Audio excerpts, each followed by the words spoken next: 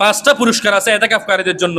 1 নম্বরে হচ্ছে যে এতেকাফকারী আছে ওই এতেকাফকারী জাহান্নামকে 3 খন্দক পরিমাণ দূরে জাহান্নামকে রাখবেন। অর্থাৎ 3 খন্দক অথবা 3 পরীক্ষা বলা হয়, আবার খন্দক বলা হয়।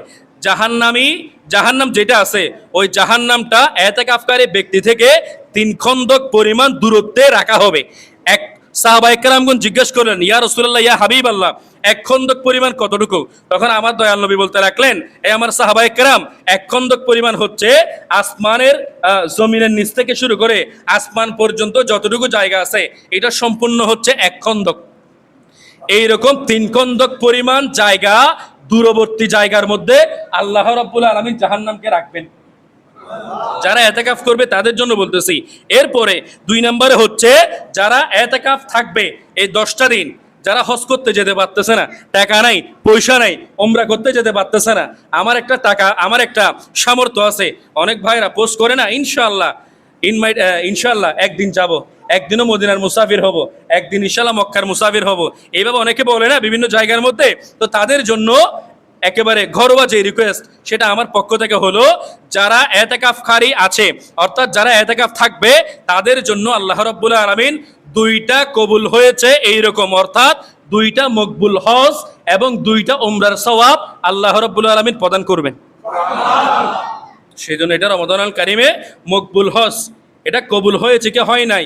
আপনি সৌদি আরব গিয়েছেন, ওইখানে আপনি মক্কা শরীফে গিয়েছেন, মদিনা শরীফে গিয়েছেন, সবগুলো ঠিক মতো হয়েছে কি হয় নাই, ওইটার মধ্যে ঘাটতি থাকতে পারে, কিন্তু আপনাকে আল্লাহ রাব্বুল আলামিন এতেকাফ যদি সঠিকভাবে করেন 2টা মকবুল হজ্জের এবং 2টা উমরার সওয়াব আল্লাহ রাব্বুল আলামিন প্রদান করবেন। 3 নম্বরে হচ্ছে ওই ব্যক্তি এখানে এতেকাফ থাকার কারণে লাইলাতুল কদর যেটা শেষ দশকের মধ্যে থাকে, ওই শেষ দশকের লাইলাতুল কদরটা ওই ব্যক্তি পেয়ে যায়। কারণ রিওয়ায়াতের মধ্যে আসতেছে এটা 27 তারিখ অর্থাৎ 26 রমাদানুল কারীম দিবাগত রাত্রে লাইলাতুল কদর হবে এমন নয়, অনেক সময় আগেও হয়ে যেতে পারে আবার পরেও হতে পারে। তো সেই জন্য লাইলাতুল কদরের এই বিষয়টা যেই ব্যক্তি শেষ দশকের মধ্যে থাকবে ওই ব্যক্তি এতেকাফ থাকা অবস্থায় ইবাদতের মধ্যে থাকবে, তাসবিহ তাহলিল আদায় করবে। সেই জন্য ওই ব্যক্তি লাইলাতুল কদরের মধ্যে ওই লাইলাতুল কদর তালাশ করা অবস্থার মধ্যে ওই ব্যক্তি এই লাইলাতুল কদরটা পেয়ে যাবে। একটা বছর ইবাদত করলে আপনি যা সওয়াব পাবেন না তার চেয়ে আরো বেশি সওয়াব আপনাকে প্রদান করা হবে। এইরকম একটা রাত দিয়ে আল্লাহ রাব্বুল আলামিন লাইলাতুল কদর দিয়ে উম্মতে মুহাম্মাদীকে দামি বানিয়েছেন। ওইরকম একটা রাত হচ্ছে লাইলাতুল কদর।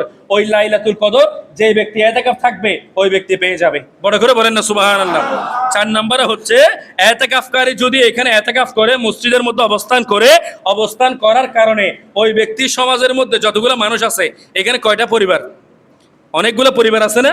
এইখানে যতগুলো পরিবার আছে, যতগুলো মানুষ আছে, ওই মানুষগুলো যতগুলো নেক আমল করবে, যতগুলো ভালো কাজ করবে, যতটা যাকাতের টাকা প্রদান করবে, যতটা ফিতরার টাকা, যতগুলো ভালো কাজ করবে, ওই ভালো কাজের একটা সওয়াব পুরো সমাজের মধ্যে যেই ব্যক্তি ভালো কাজ করবে ওই ব্যক্তির একটা সওয়াব ইতিকাফকারীর আমলনামার মধ্যে লিখে দেওয়া হবে। 5 নম্বরে হচ্ছে ইতিকাফকারী যেই দিন চলে যাবে একেবারে শেষ অবস্থায় যদি আল্লাহর কাছে তওবা করে, আল্লাহ দুনিয়ার জমিনে অনেক পাপ করেছি, অনেক গুনাহ করেছি, আল্লাহ আপনি আজকে মাফ করে দেন, আল্লাহ রাব্বুল আলামিন ওই ব্যক্তিকে ওই দিন এমন ভাবে মাফ করেন ওই ব্যক্তির আমলনামার মধ্যে কোনো ধরনের গুনাহ থাকে না। তো সেই জন্য এই ইতিকাফটা হলো যারা মুরব্বিয়ান একরামগণ আছেন তারা তো থাকবেনই, এবং যারা যুবক ভাইরা আছে তাদেরকে আমি খুবই ভালো করে রিকোয়েস্ট করব, যারা আমাদের সময় হয় না, স্কুল বলেন, কলেজ বলেন, ইউনিভার্সিটি বলেন, অনেক কিছুর কারণে আমরা রমাদানুল কারিমে যখন ঈদ আসবে, ঈদের পরে আমরা ব্যস্ততা হয়ে যাব, কর্মব্যস্ততা, জিন্দেগি, এগুলো আমরা কাটানোর পরে আমরা প্রত্যেকে ব্যস্ত হয়ে যাব।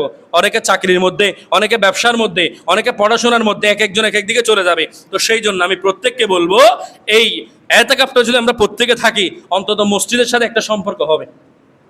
কারণ আপনার ঘরের সন্তান, এমনও অনেক ঘরের সন্তান আছে যারা সপ্তাহে একদিন মসজিদে আসে, এরকম আল্লাহর বান্দা নাই? কথা বলেন নাই? তো ওই ব্যক্তিকে যদি আপনি ধরে বেঁধে এখানে ইতিকাফের জন্য যখন আপনি উদ্বুদ্ধ করবেন, তখন ওই ব্যক্তি যখন মসজিদের মধ্যে থাকবে, 5 ওয়াক্ত নামাজ যখন একটা রহমতের চাদরের মধ্যে পড়বে, তখন তার অন্তরের মধ্যে একটা অটোমেটিক এমন একটা ভাব চলে আসবে, এমন একটা বিষয় জাগ্রত হয়ে যাবে যে ওই ব্যক্তি ওই জায়গার মধ্যে ইতিকাফের জন্য ইতিকাফের উসিলা দিয়ে আসবে ঠিক, কিন্তু ইবাদতের প্রতি তার মনের মধ্যে একটা ভালোবাসা চলে আসবে।